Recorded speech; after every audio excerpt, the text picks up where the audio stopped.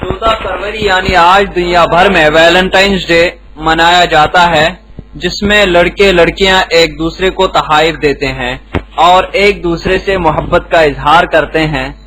ये तो अपनी जगह एक खराबी है, मगर तहकीक ये है कि यह यहूदियों का ईजाद किया हुआ त्योहार है और उन्हीं की तरफ से पाकिस्तान हिंदुस्तान में आया है।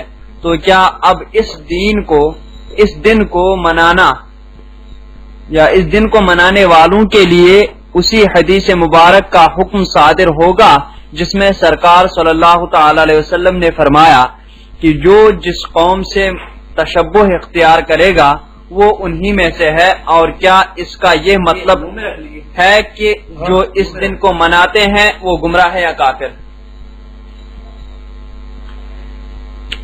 कुफ्र का हुक्म नहीं दिया जा सकता अगर ये साबित भी हो जाए कि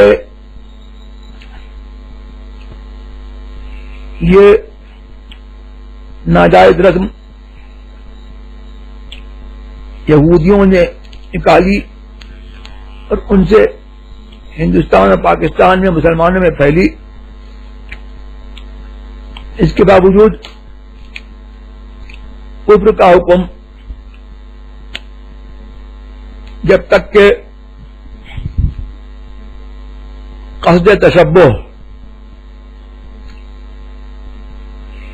यानी तशब्बुह इल्तिजामी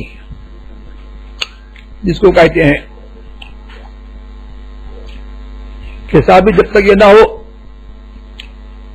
कि यहूदियों जैसा बनने की नियत और किसी मुसलमान से ये गुमान नहीं हो सकता कि वो माअल्लाह की नियत ये करेगा कि वो यहूदी बनता है या ईसाई बनता है।